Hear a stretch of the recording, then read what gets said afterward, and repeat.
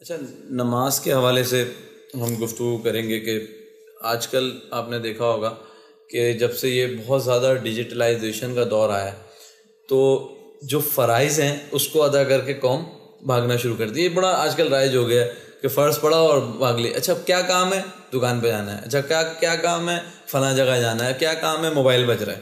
اس حوالے سے آپ کیا کہنا چاہیں گے علم صاحب کہ جو آنے والی نسل ہے اس میں سنت اور دیگر جو ہماری ہوتی ہیں معاملات ان رکعت کو وہ بالکل غیر اہم سمجھنا شروع کر دیا ہے اور وہ اٹھ کے بھاگنا شروع. اچھا ماں باپ بھی یہی کر رہے ہیں. ماں باپ کیا کرتے ہیں؟ مغرب میں کھڑے ہوئے 3 فرض پڑھے چلتے بنے, عصر کے 4 فرض پڑھے چلتے بنے, ظہر میں اٹھے ٹائم ہی کم تھا اتنا کہ وہ اس میں 4 فرض پڑھے. اچھا بچوں پہ کیا اثر پڑتا ہے کہ یہ صرف 4 ہی رکعت ہے؟ تو اس حوالے سے کیا کہنا چاہیں گے؟ میں اپنے سننے دیکھنے والوں سے کہوں گا کہ اگر ہم کسی چیز کو ہلکا سمجھ رہے ہیں, مثلا نماز میں ٹوپی نہ پہننا, مثلا پہلے ہم مسجد میں جانے کے لیے لباس کا اہتمام کرتے تھے, اب پرواہ نہ کرنا, ایسا لباس پہننا جس پہ جانور کی تصویر بنی ہے یا بہت کچھ لکھا ہوا ہے اوٹ پٹانگ, تو یہ جو چیزیں ہیں یہ ہلکا سمجھنا یہ ہمارے لیے بڑا مہنگا بن جاتا ہے, ہمارے لیے مشکل بن جاتا ہے, اس کا وبال آتا ہے. تو یہ چیزیں اس خیال سے اگر آپ سمجھ رہے ہیں کہ نہیں کچھ نہیں ہوگا, تو معمولی سی چنگاری بھی کبھی کبھی پوری چیزوں کو جلا دیتی ہے, وہ شعلہ بن جاتی ہے. تو دین کی باتوں کو ہلکا نہیں سمجھنا چاہیے. اور جو چیزیں لازمی ہیں, اب میں مثال دوں کہ سیدنا غوث اعظم 40 سال عشاء کے وضو سے فجر کی نماز پڑھ رہے ہیں اور میں سنتیں بھی نہیں پڑھ رہا ہوں, اور میں سن رہا ہوں حضرت سیدنا امام زین العابدین رضی اللہ تعالیٰ عنہ روزانہ 1000 نفل پڑھتے ہیں. میں فرض بھی نہیں پورے پڑھ رہا ہوں, سنت مؤکدہ بھی نہیں پڑھ رہا ہوں. تو میں پھر یہ سمجھوں وہ اتنی پاکیزہ ہستیاں جن کے بارے میں شبہ نہیں ہے کہ وہ مقبول نہیں ہے, ایسی بات نہیں, وہ اللہ کے پیارے ہیں, محفوظ ہیں, ولی ہیں, وہ اہتمام کریں اور میں گناہ گار ہو کے نہ کروں. اچھا اس میں ایک بات یہ بھی آج کل معاشرے میں کم از کم فرض تو پڑھ رہا ہے, تو پھر شاید اگلے دن یہ کہنے لگ جائیں گے کہ میں 1 رکعت پڑھ کے کہوں ان سے تو بہتر ہوں جو وہ بھی نہیں پڑھ رہے. یہی کہنا چاہ رہا تھا, یعنی مگر کم از کم فرض تو پڑھتا ہے. جیسے ماں باپ میں بھی ایک بات آ جاتی ہے نا کہ اگر کوئی بھائی بہن میں بھی آتا ہے کہ اس میں دیکھیں وہ صرف فرض پڑھ کے چلا جاتا ہے تو وہ دور آواز آتی ہے چلو شکر ہے فرض تو پڑھ رہا ہے وہ. صحیح بخاری اور صحیح مسلم دونوں میں حدیث موجود ہے. ایک دیہاتی نبی علیہ السلام کے پاس آیا. پینڈو لوگ آپ کو پتہ ہے بالکل 2 ٹوک سادہ سی بات کرتے ہیں. اس نے آ کے سیدھا کہا یا رسول اللہ مجھے کوئی ایسا عمل بتائیں کہ میں جنت میں چلا جاؤں. یہی انسان کی کامیابی ہے. پیغمبر سے سب سے بڑی چیز یہی مانگنی چاہیے, ٹھیک ہے, اور اس کے بعد جنت میں ان کا پڑوس مانگ لینا چاہیے. اللہ تعالیٰ ہم سب کو نصیب فرمائے, آمین. تو نبی صلی اللہ علیہ وآلہ وسلم نے فرمایا کہ 5 وقت کی نماز کو قائم رکھو. یعنی پہلے آپ نے فرمایا کہ اس میں الفاظ ہیں, آپ نے فرمایا کہ اللہ کی عبادت کرو, اس کے ساتھ کسی کو شریک نہ ٹھہراؤ, تم جنت میں چلے جاؤ گے. 5 وقت کی فرض نماز کو قائم رکھو, فرض زکوٰۃ ادا کرو, اور رمضان کے فرض روزے رکھو. اس وقت تک حج فرض نہیں ہوا تھا, اس لیے آپ نے 4 چیزوں کا ذکر کیا, ورنہ وہ 5ویں چیز بھی ہے. سب کے ساتھ آپ نے فرض کے لفظ بولے. تو وہ وہاں سے مڑا اور جاتے ہوئے اس نے کہا کہ نہ میں اس میں کوئی کمی کروں گا نہ زیادتی کروں گا. تو نبی علیہ السلام فرمایا اگر کسی نے کوئی جنتی شخص دیکھنا ہے تو اسے دیکھ لو. اچھا اس سے یہ بھی پتہ چلا کہ نبی علیہ السلام کو اللہ نے وحی کے ذریعے بتا دیا کہ یہ استقامت پہ بھی رہے گا, یعنی جو اس نے دعویٰ کیا نا اس پہ قائم رہے گا. کتنا خوش نصیب شخص تھا. اللہم اجعلنا منہم, آمین. اسی کو سپورٹیو ایک اور حدیث ہے بخاری اور مسلم میں.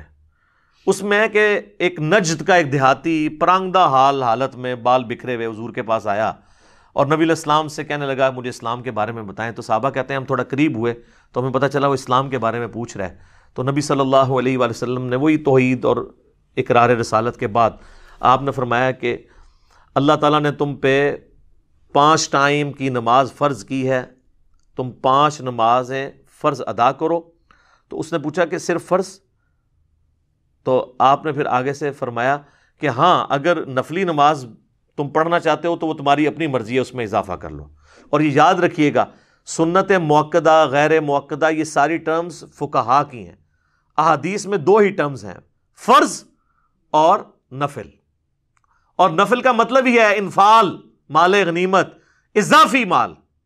کیونکہ جنگ کرنے کا مقصد مال ہتھیانا نہیں ہوتا، اللہ کے لیے لڑنا ہوتا ہے، یہ تو اضافی ایک بونس مل جاتا ہے. نفل کہتے ہیں اضافی کو. پھر نبی علیہ السلام فرمایا کہ فرض روزے رکھو، ہاں مگر اگر تم نفلی رکھنے چاہو تو تمہاری مرضی. تو اس نے کہا یا رسول اللہ جتنا آپ نے مجھے بتایا نہ اس میں کمی کروں گا اور نہ زیادتی کروں گا، یعنی میں نے اس سے زیادہ بھی کوئی نہیں کرنا، جتنا آپ نے بتایا فرض، کم ہی میں نہیں کروں گا. اور وہاں سے جب مڑا نا، نبی علیہ السلام فرمایا اگر یہ اپنی بات پر قائم رہا تو یہ کامیاب ہو گیا. تو کامیابی کے لیے یہی کچھ چاہیے. ہاں میں نہیں کہتا آپ نوافل نہ پڑھیں، ضرور پڑھیں، فضیلت ہے. بخاری اور مسلم دونوں میں حدیث ہے، نبی علیہ السلام 12 سنت موقدہ ہمیشہ پڑھتے تھے، 4 ظہر سے پہلے، 2 ظہر کے بعد، 2 مغرب کے بعد، 2 عشاء کے بعد، 2 فجر سے پہلے. اور صحیح مسلم میں تو ڈیٹیلڈ اوپر تلے احادیث ہیں کہ نبی علیہ السلام نے فرمایا کہ جو فرض کے علاوہ 12 رکھتے پڑھ لے، اللہ تعالیٰ جنت میں اس کے لیے محل بنائے گا. یہ نہیں کہا کہ جو نہیں پڑھے گا تو وہ جنت میں ہی نہیں جائے گا، بس یہ اضافی ہے، مال بنائے گا. کہیں ایک فضائل اور بھی اعمال کے اوپر ہے. تو اب اس کو کمپلسری بنانا یہ تو ظلم ہے. ہاں آپ وطر ہیں وہ بھی نفلی ہے، مسند امام احمد میں ہے، سنن دارمی میں مولا علی کا قول موجود ہے، ابو داؤد ترمذی میں بھی ہے، وہ سند کمزور ہے. دارمی اور مسند احمد کی سند متصل ہے. مولا علی کہتے ہیں کہ وطر سنت ہے، سنت ہے، سنت ہے، مگر اسے مت چھوڑو. یعنی وہ کہہ رہے ہیں کہ یہ نفلی نماز ہے لیکن چھوڑو نہ، پڑھ لو، افضل ہے. وہ آپ 3 بھی پڑھ سکتے ہیں، 5 بھی، 11 تک، 13 تک ہیں، 1 بھی پڑھ سکتے ہیں. البتہ صحیح بخاری میں موجود ہے، محمد بن ابی بکر کا بیٹا ہے قاسم، وہ کہتے ہیں کہ میں نے صحابہ کو 3 رکعت وطر پہ پایا، البتہ 1 میں حرج نہیں ہے. یعنی 3 پسندیدہ ہے، ہم تو 3 ہی پڑھتے ہیں. اور پھر بھی نہ سمجھ آئے تو سب سے بڑے صحابی 10 مبشرہ میں سے، بڑے صحابہ میں سے، سابقون الاولون میں سے سیدنا سعد ابن ابی وقاص جو فاتح ایران ہیں، ان کے بارے میں گولڈن چیل سے الموطا امام مالک میں موجود ہے کہ وہ تو عشاء کی نماز کی 5 رکعتیں پڑھتے تھے، 4 فرض اور 1 وتر. آپ نے تو 17 رکعتیں بتائی ہوئی ہیں عشاء کی. سعد ابن ابی وقاص ان سے زیادہ تو کوئی دیندار نہیں تھا نا. تو آپ یہ کہیں گے کہ نعوذ باللہ وہ جو کہتے ہیں یہ جی وہ 6 لوگوں پہ اللہ کی لعنت ہے، اس میں جو سنت بھی چھوڑ دے، تو آپ سعد ابن ابی وقاص پہ یہ ترمذی کی حدیث فٹ کریں گے؟ آپ خود لعنتی ہو جائیں گے. وہ مسئلہ اور ہے، وہ سنت کو حقیر سمجھ کے نفرت کے ساتھ چھوڑنے والے کے لیے ہے. اور بھی اور چیزیں ہیں، وہ میرا یوٹیوب پہ کلپ ہے بڑا ڈیٹیل، سنت چھوڑنے والے پر لعنت، وہ دیکھ لیں، میں نے 14 طبق آپ کے روشن کیے ہیں. تو سعد ابن ابی وقاص تو 2 سنت موقدہ بھی نہیں پڑھتے تھے اور وطر بھی 1، اور اس میں الفاظ ہیں ہمیشہ کے ہیں، ان کی یہ روٹین تھی. نیچے ویسے امام مالک نے لکھا ہے کہ لیکن میرے نزدیک 3 وطر پڑھنے چاہیے، لیکن انہوں نے بھی سعد ابن ابی وقاص پہ یہ اعتراض نہیں کیا کہ سنت موقدہ چھوڑ رہے ہیں، وطروں کی تعداد پہ انہوں نے اعتراض کیا. تو خیر وہ امام مالک کا ذاتی اجتہاد ہے، وہ اس میں سعد ابن ابی وقاص کے مقابلے میں تو نہیں مانا جائے گا. بھارت سعد ابن ابی وقاص نے امت پہ احسان کیا جی، تو یہ 17 رکعتیں عشاء کی بتاتے تھے، دن رات میں ٹوٹل 17 رکعتیں، جس پہ سنی اور شیعہ کا اجماع ہے. 2 فجر کی، 4 ظہر، 4 عصر، 3 مغرب، 4 عشاء، بس یہ 17 پوچھی جائیں گی. باقی تو سر کوئی پوچھ نہیں آپ سے. کتنے لوگوں نے اس کی وجہ سے نماز شروع کر لی ہے، کدھر صرف عشاء کی 17. یہ آپ کو جو 17 بتا رہے ہیں ان سے قرآن پہ حلف لیں، کبھی انہوں نے خود بھی روزانہ 17 پڑھی ہیں. سوئی پہ سوئی چڑھی ہوتی ہے، لوگ پیچھے مڑ مڑ کے دیکھ رہے ہوتے ہیں کہ امام صاحب کہاں سے نمودار ہوں گے. تو پہلی 4 کی طرح عشاء کی انہوں نے پڑھنی ہے جو آخری وقت پہ آ رہے ہوتے ہیں. اور ہم نے اگلی سہولت دی ہے کہ جو بچوں والی عورتیں ہیں، یہ میں نے نہیں سہولت دی، نبی علیہ السلام نے سہولت دی ہے. صحیح مسلم میں اوپر تلے 10 احادیث ہیں 1629 سے لے کے آن ورڈ کہ نبی علیہ السلام نے، ابن عباس کہتے ہیں، بغیر خوف کے، بغیر بارش کے، بغیر سفر کے مدینہ شریف میں ہمیں ظہر اور عصر بھی جمع کروائی اور مغرب اور عشاء بھی جمع کروائی. تو تابعین نے پوچھا کیوں؟ فرمایا اس لیے تاکہ امت کے لیے آسانی ہو جائے اور کوئی تنگی باقی نہ رہے. انہوں نے امت سے تنگی ڈال دی اور وہ آسانی چھین لی. اور آپ دیکھیں یہ یعنی ابن عباس سے زیادہ کون صحابی جانتا ہے، اور یہ وہ تابعین کو سکھا رہے ہیں کیونکہ وہ درس حدیث دے رہے تھے یا درس قرآن. صحیح مسلم کے الفاظ ہیں، ایک بندہ بار بار کھڑا ہو جاتا ہے، سر نماز کا ٹائم ہو گیا ہے، انہوں نے کہا بہ جا، تو منو سنت سکھائیں گا؟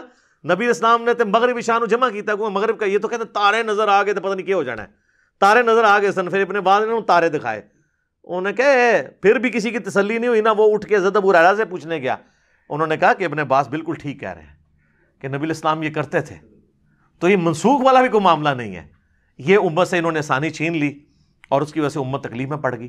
جمع تقدیم بھی درست ہے، یعنی زور کے ساتھ اثر پڑھنا، جمع تاخیر یعنی اثر کے ساتھ زور پڑھنا، اور سینٹر میں جمع سوری اسے کہتے ہیں، وہ بھی درست ہے۔ اور جمع سوری پہ تو اجماع ہے کہ آخری وقت میں آپ زور پڑھ لیں اور اول وقت میں اثر پڑھ لیں، یعنی اگر آج کل 2:50 پہ تقریباً وقت شروع ہو رہا ہے اثر کا، تو آپ 2:40 پہ زور پڑھ لیں اور 2:50 پہ جا کے اثر پڑھ لیں اسی وضو سے۔